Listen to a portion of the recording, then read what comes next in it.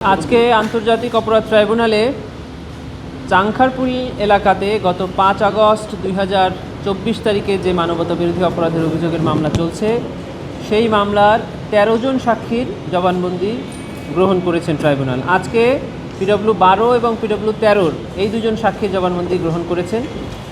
সেখানে তারা বর্ণনা করেছেন যে তারা নিজেরা আন্দোলনে অংশগ্রহণ করেছিলেন এবং আন্দোলনে অংশগ্রহণ করা অবস্থায় তাদের সামনে ৩ জনকে পুলিশ গুলি করে হত্যা করে। কিভাবে তারা দেখলেন যে গুলিটা করা হলো, কিভাবে এই আন্দোলনকারী আহত হলেন, পরবর্তীতে মারা গেলেন, এই বর্ণনা ওনারা করেছেন। ওদের স্বপ্ন পূরণে পাশে থাকতে পেরে আমরা গর্বিত।